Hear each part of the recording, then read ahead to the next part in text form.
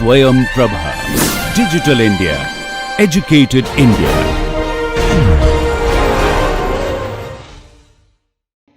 Oh, acha, okay, right. Here it's. So this is a weather station. There are certain guidelines to locate this weather station. There should not be any tall buildings. It should be on the flat ground. There is no obstruction of wind. These are all certain conditions to identify where I have to locate this weather station. And this is rain gauge, right? Hygrometer to measure the humidity in a calibrated chart. This is periheliometer, are also called as Campbell ball sunshine stroke recorder, and this is anemometer, and this is pan evaporimeter, pyranometer to measure the radiations. Right? So when all these things are kept at in one location, that is called as weather station. Nowadays, with the advancement in the subject of instrumentation, we don't install like these individual instruments. Everything is clubbed in a single electronic instrument, and we call it as total weather station. I think you might have seen a small total weather station on top of our civil engineering department, right? 36 such small, it's a very small box, right? uh, which can measure all these meteorological parameters through sensors, and the data is connected directly to the data logger. Please note, in all these conventional methods, a human interference is needed to measure. That is why they are called as non-recording type meteorological variables. For example, rainfall, every day morning 8:30 we have to go and measure how much is the rainfall. Nowadays we have automatic rainfall recorders. Evaporation, every day you have to go and check how much is the water evaporated, pour it back. Right now we have all this. Sunshine hours, I want to tell about these sunshine recorders, those who are interested in agriculture engineering. Sunshine is the time period during which bright sun rays are available. And what is this bright sun rays? It is estimated using this Campbell ball. Actually, it's a steel ball. Actually, sunshine hours are the bright sun rays time period during which the plants can produce the starch, or the plants can do photosynthesis, right? Plant will not produce food 24 by 7, 24 hours. They gather all the required input parameters, water, carbon dioxide. They store it in the leaf pores called stomato. Once the sun rays are larger, or when it is sunshine sunshine rays are more than a particular frequency, particular temperature, then they start producing starch, and that time period is called as sunshine hours. Sunshine hours is not the hours from sunrise to sunset. Within this sunrise to sunset, what are all the bright time periods during which plants can produce photosynthesis? And there is a guideline. I told you, read in FAO book, that guidelines to locate these instruments. They said the identification of site, flat ground, right? There is no obstruction. Similarly, most of these instruments are kept at an height of 2 meters from ground level, right? I will give this as a class assignment, but no need to. You just, I will ask the same question next class. Let me check how many of you knows this answer. Why most of the meteorological, almost all meteorological parameters are measured at 2 meters from ground level. Okay, even this wind speed we are supposed to measure at 2 meter from ground level, but when a building is located within a distance of that specified distance of 30 meters, then you keep it on top of the building. Okay, So this question you keep it in mind. Next class I will ask. So these are all some of the instruments used for meteorological parameter measurements. So now we will see in detail about this first process uh, named as precipitation. Precipitation is nothing but the transfer of moisture, liquid or water molecule from the atmosphere on the earth. That is called as precipitation. But it may be in any form. It may be in solid state, liquid state or gaseous state. The water or the liquid molecules which is transferred from atmosphere to earth is called as precipitation, right? So that's what we call it as water vapor. The water which is being evaporated, I will tell this process of evaporation in the next process. The water which is converted into liquid state to gaseous state from the ocean, that is called as water vapor, right? But this water vapor is very small when compared to atmospheric gases in the atmosphere. But when this water vapor is more and more, right, and the wind drives that moisture on the land, and due to various processes, this clouds gives us water, and that is called as rain, precipitation. So altogether, the principal source for this precipitation are the evaporated water from ocean, sea and water bodies. Right. So in this, I want to write you two questions, not to submit it as an assignment, for your knowledge. Atmosphere is made up of which gas? Or I can ask you with different. You are seeing the white clouds, no, which is moving. White clouds are made up of which gas? Okay, that is my first question. Then the second question is, what is ocean and what is sea? See, altogether everything is same, right? Salt water. But some area you call it as a ocean, Pacific Ocean, Indian Ocean, Arctic Ocean, Antarctic Ocean, right? Atlantic Ocean, whatever. And certain things you call it as a sea. Bay of Bengal is a sea. Arabian Sea, South China Sea, Japan Sea, North Korea. Why you call? See, all are connected also. Why you call some portion of this salt water body as ocean and some portion as sea? So I want, or I will say that distinguish between ocean and okay. So this is water vapor. How the atmosphere gets the water vapor, right? I will say that once the water starts moving from ocean, it reaches the atmosphere. Let us consider a two dry mass, that gaseous, two dry mass, right? And because they are flowing over the earth, they are in equal volume. One dry mass is not getting any evaporated water, whereas the another dry mass, right, is getting the evaporated water into it. That means what? The dry air molecules are now filled with water content. As the water content goes on increasing, what happens? See, they initially both are same in equal in volume and equal in weight. As the one mass alone gets lot of evaporation, first the pressure increases, right, because of water vapor. Once the pressure increases, first all the dry mass will become saturated. Once it is 100% saturated, or sometimes more than 70 or 80% saturated, we call that as a cold air mass. The dry air mass are mostly white in color.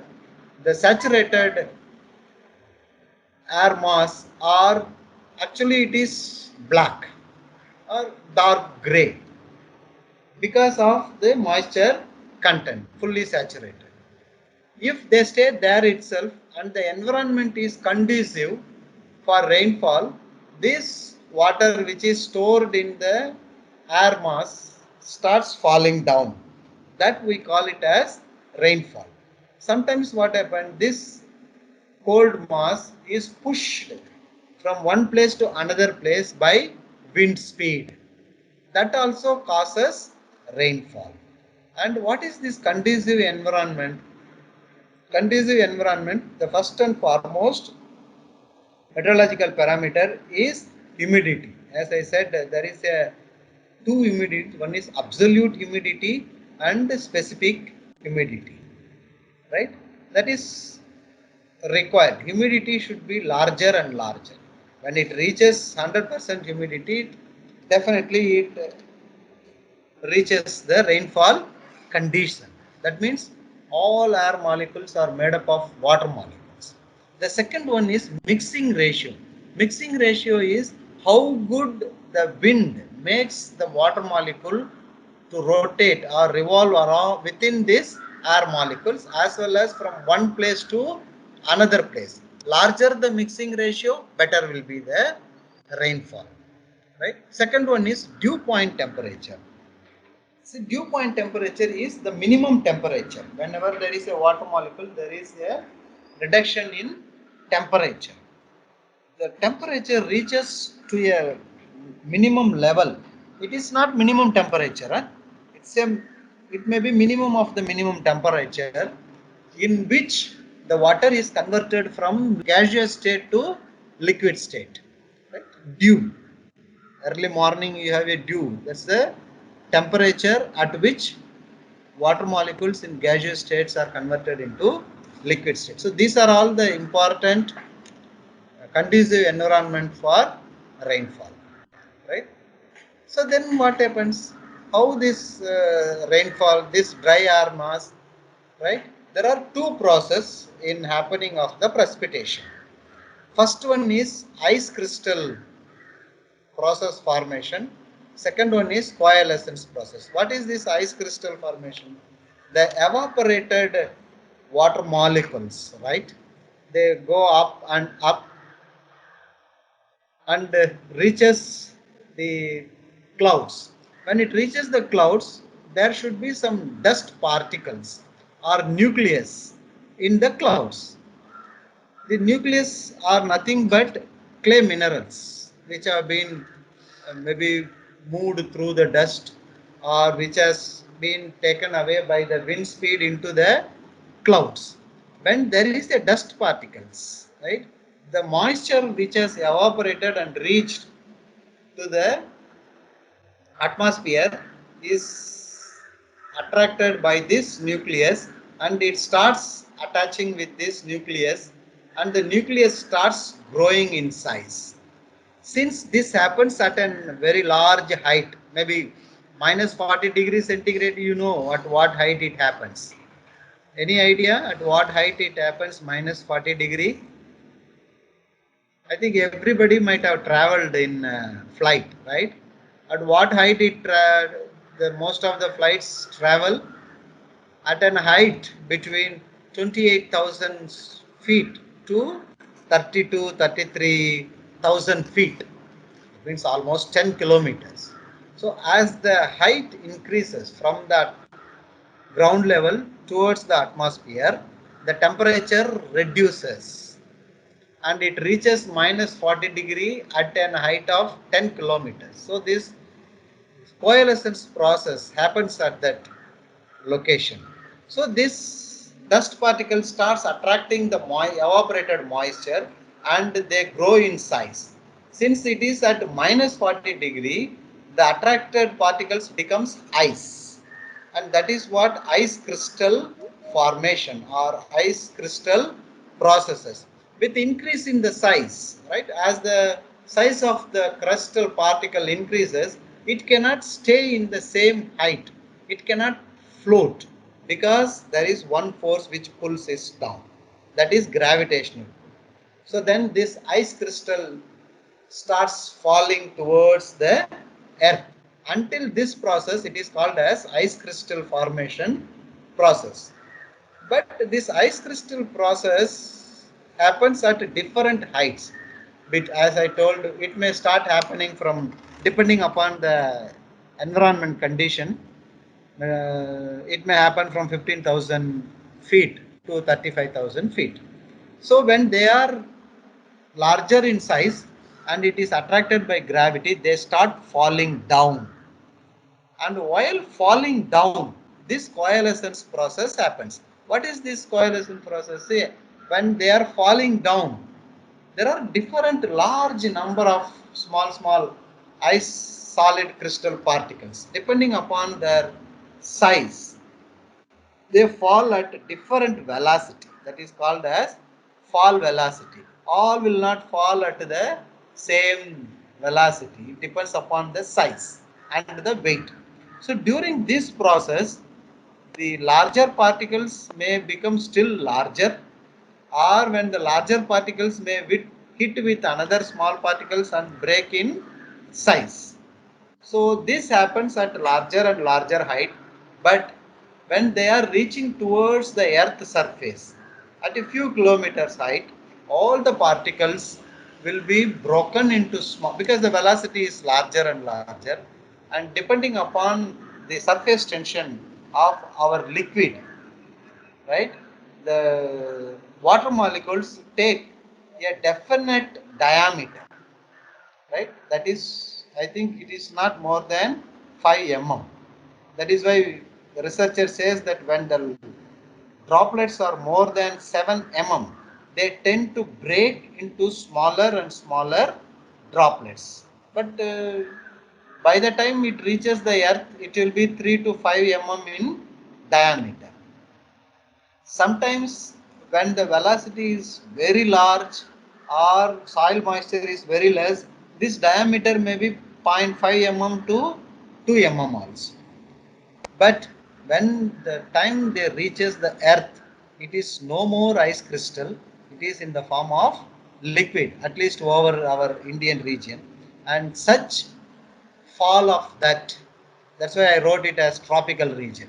Such fall of water on the earth from atmosphere is called as rainfall. Some places it will fall as it is in the form of crystal. That is also conversion of moisture from atmosphere.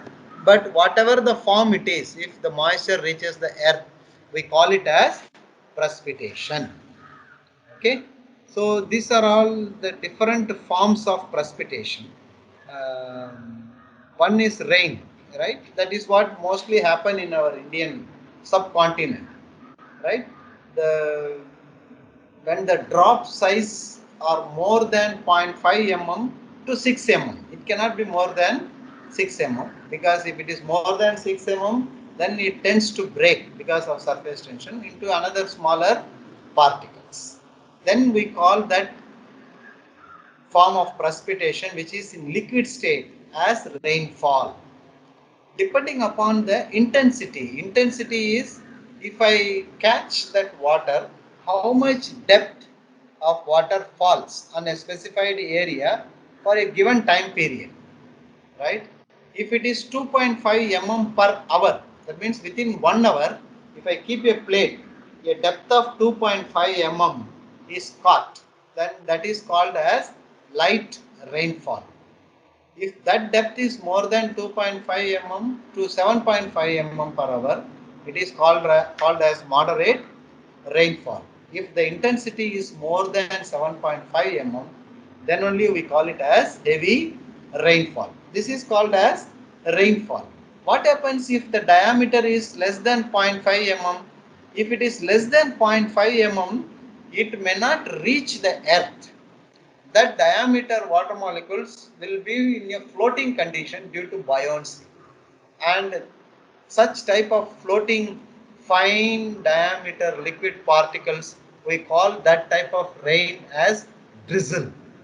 We say that it's drizzling.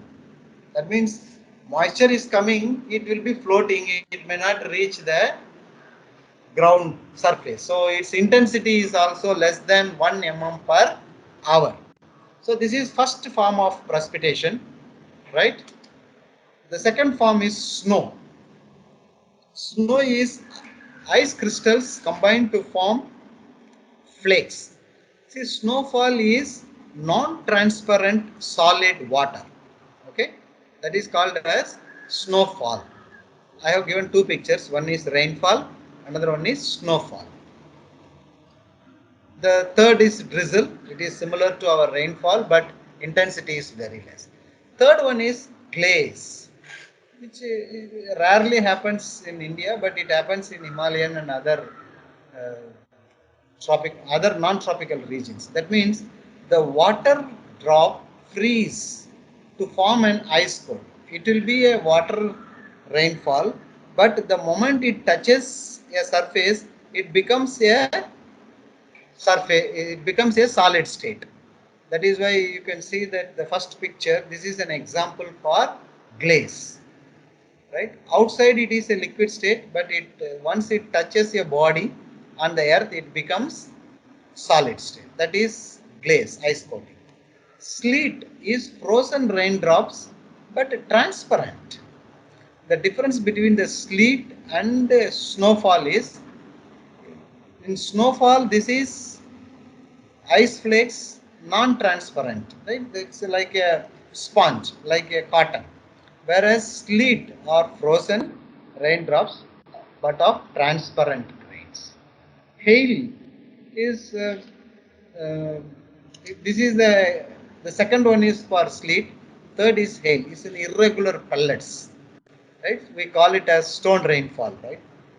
The rainfall size varies between 8 mm to 1 mm or 2 mm. Why this hail happens? Hail is nothing but it is then we can say that when the rainfall doesn't have sufficient time for this coalescence process, right?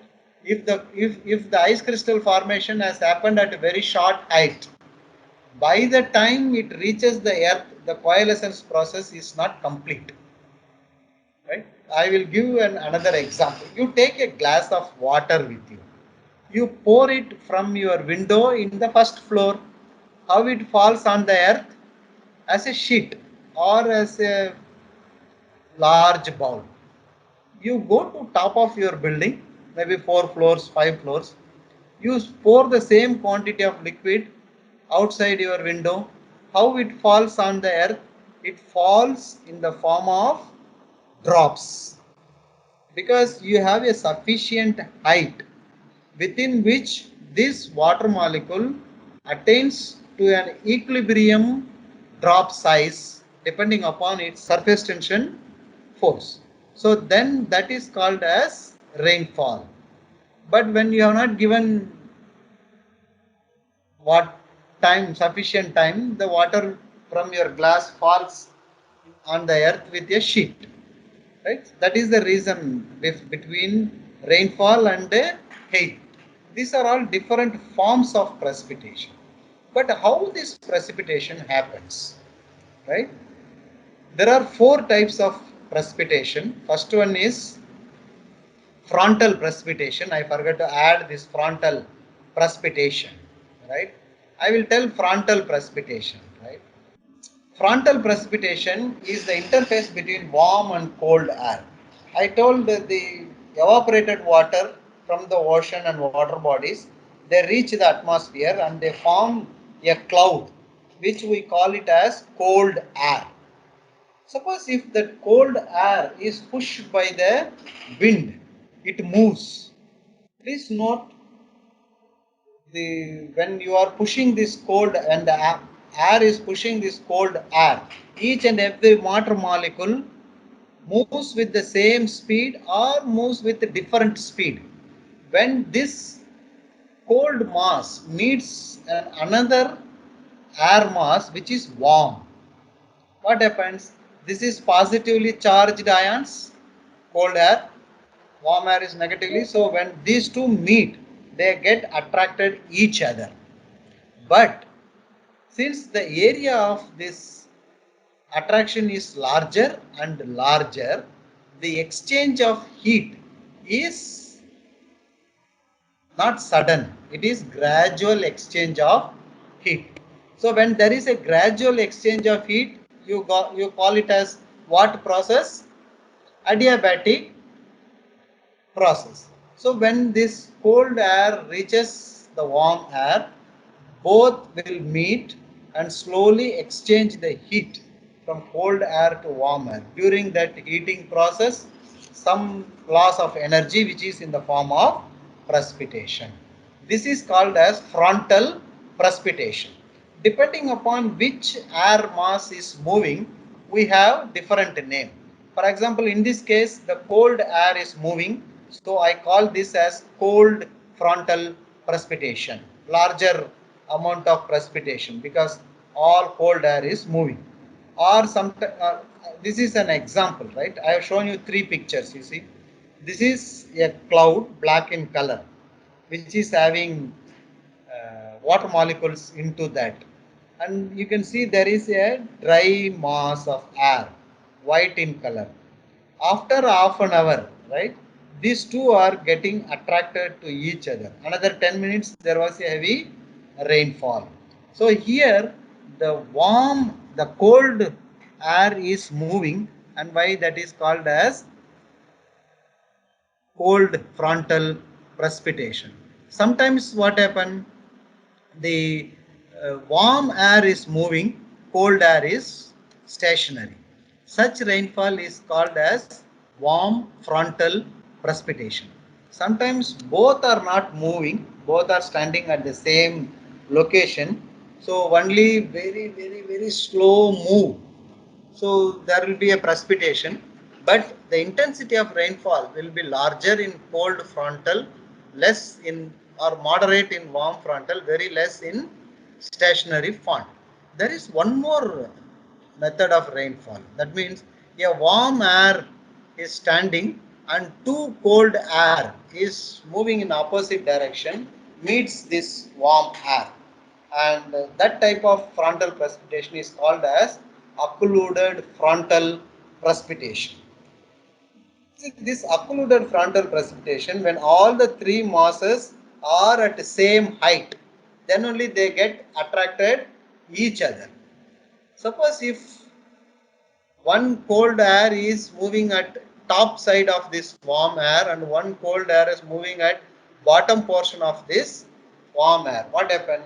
All these three are one over the above. So because of this, what happens? There is a attraction in circular motion.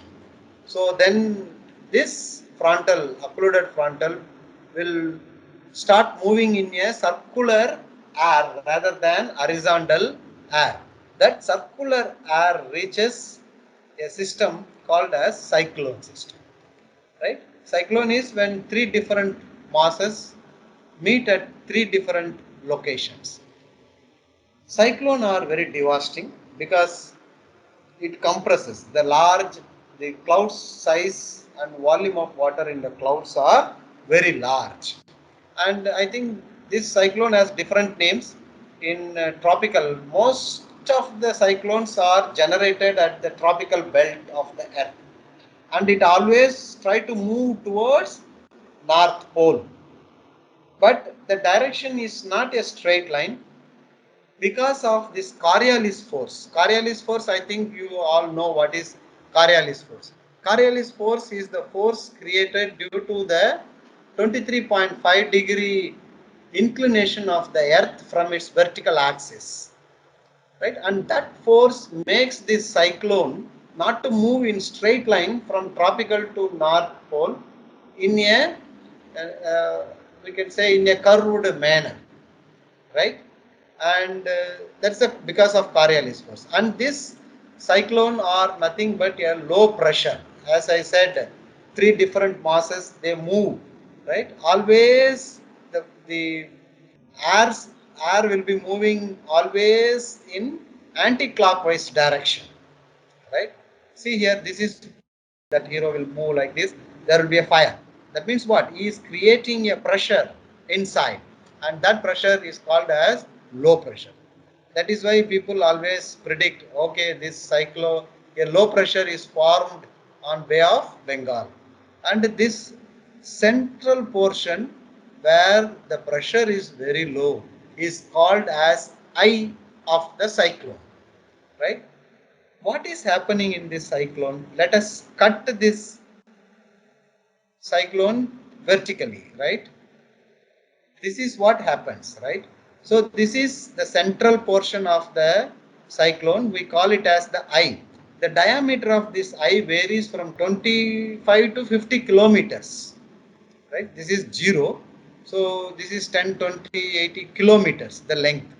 So the diameter of the eye varies from 25 to 50 kilometers. So inside this eye, let us see what happens to three. First one is the wind speed. There is no wind speed inside that central portion eye. That's why it is very clear dot in remote sensing. And the pressure is also low, right? That is why we call it as low pressure. But these two physical processes, pressure and velocity or speed, are indirectly proportional, right? You might have studied in physics, pressure is inversely proportional to velocity, right? So, but when both these natural processes are against the nature, pressure is also low, velocity is also low, then it is covered by another process called as rainfall. See, the rainfall is measured from the top, right? The intensity is measured. That means in the eye there is no rainfall, but outside the eye, the highest rainfall intensity starts. That means the nature protects that eye with a thick sheet of water and moves from tropical zone to North Pole, right? So this is how the pressure velocity outside the eye, the velocity is very high, right? And it gradually reduces. You can see this wind speed in kilometers per hour, 125, 0 to 150. More than 125, nothing will stand, right? Unimaginable speed, it is 125 kilometers per hour. The pressure is more than 10 bar, right? Less than 10 is subatmospheric pressure, it's like a vacuum. Okay, so this is how what happens when I cut a cyclone from at the center. Okay, so we will see that remaining precipitation in the next class.